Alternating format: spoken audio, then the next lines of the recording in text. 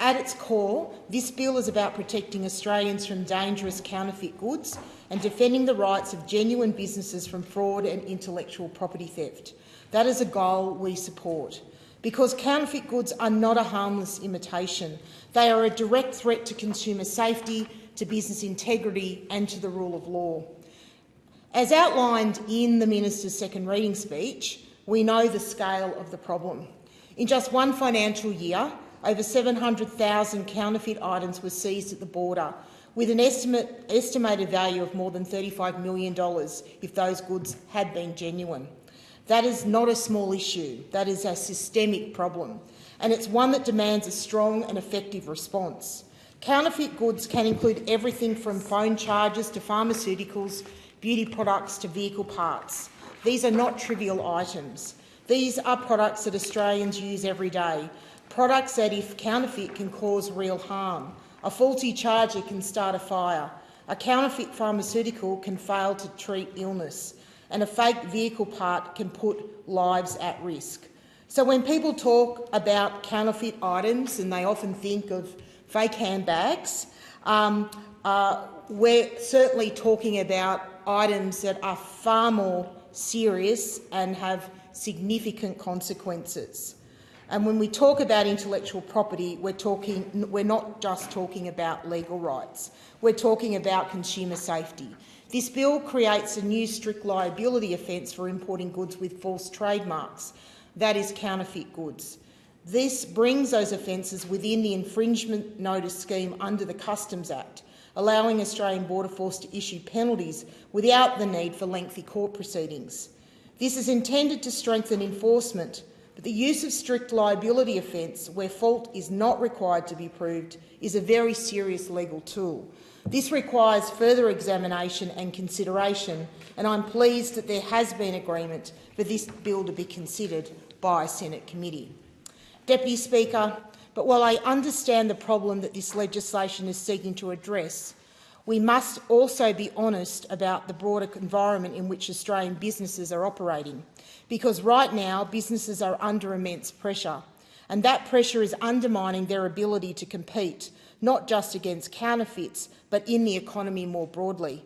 According to the Australian Securities and Investments Commission, more than 11,000 companies entered external administration in 23-24, with insolvencies now running at over 13,000 annually, the highest level in more than a decade. Entire sectors are struggling. Construction firms are collapsing under rising costs. Hospitality businesses are closing their doors. Retailers are facing declining demand, and there's far too many empty shops on our high streets. At the same time, businesses are facing escalating costs. Energy prices remain high, insurance premiums are rising, and borrowing costs have surged. The Reserve Bank of Australia has made clear that inflation has remained persistent, forcing interest rates to stay higher for longer, and it's businesses that are carrying that burden. Deputy Speaker, this matters in the context of this bill, because when legitimate businesses are weakened, counterfeiters gain ground. When margins are thin, unfair competition hits harder. When confidence is low, investment in innovation declines. And when businesses fail, the very intellectual property we're seeking to protect disappears with them.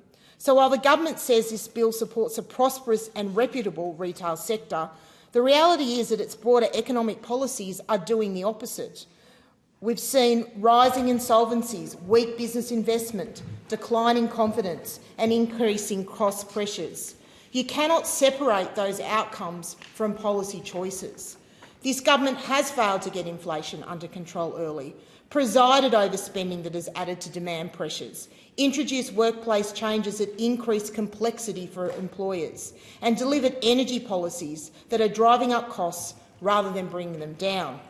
You cannot claim to protect Australian business from counterfeit goods while making it harder for those businesses to survive.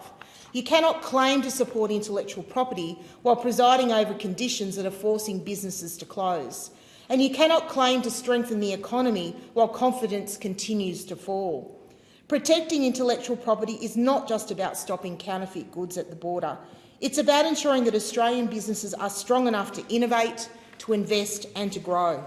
In closing, Deputy Speaker, I'm pleased, as I said, that the bill will go to a committee for further consideration and hopefully consultation with the business sector. But the intent of the bill is certainly something that I support, because those who create value, who build brands, who invest in quality, who employ Australians, deserve to have their work protected. They deserve protection from fraud.